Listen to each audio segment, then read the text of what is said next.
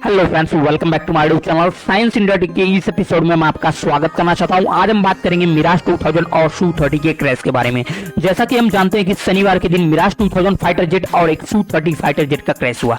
यह दोनों ही fighter jet Gwalior airbase से उड़ान भरे थे। बताया जा रहा है कि यह जो हादसा हुआ युद्धाभ्यास के दौरान ही यह हादसा हुआ, जिसमें सू-30 में 2 पायलट सवार थे। वहीं बात कर ली जाए मिराज 2000 की, तो मिराज 2000 में एक पायलट सवार था। बताया जा रहा है कि जो मिराज 2000 में पायलट सवार था वह शहीद हो गया। और वहीं बात कर ली जाए सू-30 के पायलटों की, तो उनकी जान बचाई जा चुकी है। जैसा कि हम जानते हैं कि यह भारतीय सेना के लिए बहुत ही नुकसान की बात है। अभी हम दोनों भी फाइटर जेट के थोड़ा स्पेसिफिकेशन के बारे में समझ लेते हैं। देखिए, बात कर ली जाए मिराज 2000 की, तो मिराज 2000 की बात कर ली जाए तो इसे फ्रांस कंपनी दसॉल्ट एविएशन बनाती है। इस फाइटर जेट की बात कर ली जाए तो यह फाइटर जेट 1985 से भारतीय सेना में सम्मिलित है।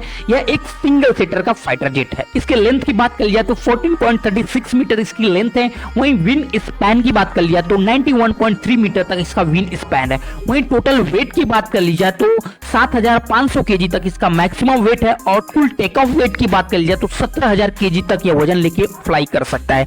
वहीं स्पीड की बात कर ली जाए, मैक्सिमम स्पीड की बात कर लिया तो 2326 किलोमीटर आर की इसकी मैक्सिमम स्पीड है। वहीं सिंगल रिफ्यूलिंग की बात कर ली जाए कि एक रिफ्यूलिंग में कितनी दूर तक यह जा सकता है, तो 1550 किलोमीटर तक यह जा सकता है सिंगल रिफ्यूलिंग के बाद। वहीं बात कर ली जाए कि कितनी हाइट तक यह उड़ सकता है, तो 60000 फीट की ऊंचाई तक यह जा सकता है। वहीं थोड़ा हम बात कर लेते हैं सू-30 के फाइटर जेट के बारे में। देखिए, सू-30 की बात कर लिया तो यह 4th जनरेशन का फाइटर जेट है। इसे रूस और भारत ने मिलकर बनाया है। यह 2 सीटर का मल्टीलोड फाइटर जेट है। यह टर्बोजेट इंजन का इसमें उपयोग किया जाता है। वहीं मैक्सिमम स्पीड की बात कर लिया तो 2120 किलोमीटर आर की इसकी मैक्सिमम स्पीड है। वहीं इसके लेंथ की बात कर ली जाए तो 21.9 मीटर इसकी लेंथ है। वहीं हाइट की बात कर ली जाए तो 6.4 मीटर तक इसकी हाइट है।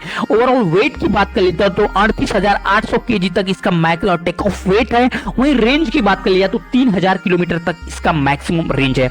अब क्रैश होने के रीजन के बारे में थोड़ा जान देते हैं। अगर फाइटर जेट के इंजन में कोई प्रॉब्लम होता है तो क्रैश होने के मैक्सिमम चांसेस बढ़ जाते हैं, क्योंकि अक्सर घटनाएं इंजन फेल्योर के कारण होती है। हालांकि वहां के स्थानीय लोगों का यह भी कहना है कि दोनों ही फाइटर एक दूसरे के बहुत ही ज्यादा करीब आ गए थे और ये जो हादसा हुआ एयर कोलिजन के कारण हुआ, जबकि इसके हादसे की असली वजह अभी तक जांच के बाद ही पता चलेगी।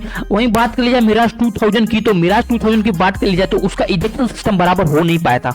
वहीं बात कर लिया सू-30 की, सुखोई 30 की, तो उसका इजेक्शन सिस्टम बराबर और प्रॉपर काम कर रहा था। हालांकि फाइटर जेट में आग लगने के कुछ दूर जाने के बाद पायलटों ने अपना इजेक्शन सिस्टम किया और वो बाहर आ गए।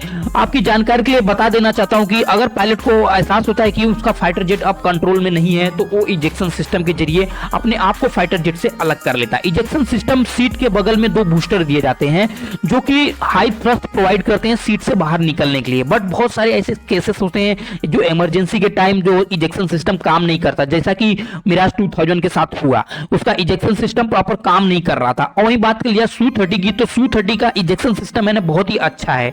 अब थोड़ी हम पॉसिबिलिटी के बारे में बात कर लेते हैं कि हो सकता है इसके कारण भी क्रैशेस हो सकते हैं। देखिए, दोनों ही फाइटर जेट के बीच में जो कोऑर्डिनेशन अच्छा नहीं हो सकता है, इसके कारण यह हादसा हुआ। देखिए, जो जहाज के कंट्रोल की बात करी जाए तो एक कंट्रोल रडार के कंट्रोल में रहा होगा, हो सकता है दूसरा वाला जो फाइटर जेट है वो एयर ट्रैफिक कंट्रोल में के साथ रहा होगा, तो ये हादसे के चांसेस हो जाते हैं। वहीं सेकंड चांसेस की बात कर ली जाए तो हो सकता है दोनों ही पायलट को जो डायरेक्शन दी गई हो वो बराबर उन्होंने फॉलो नहीं की हो, या जो बराबर उनको जो डायरेक्शन दी गई हो वही डायरेक्शन ही गलत दी गई हो, तो ये भी चांसेस हो सकते हैं मैसिव क्रैश होने के चांसेस।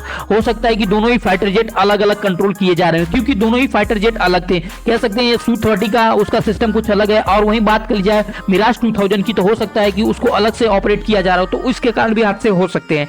जैसा कि हम जानते हैं कि फाइटर जेट में जो होता है TCAS सिस्टम नहीं होता है, यानी कि ट्रैफिक कोलिजन अवॉइडेंस सिस्टम। एक ऐसा सिस्टम होता है जो कि पैसेंजर प्लेन में लगाया जाता है जिससे कि एयर कोलिजन का हादसा न हो सके।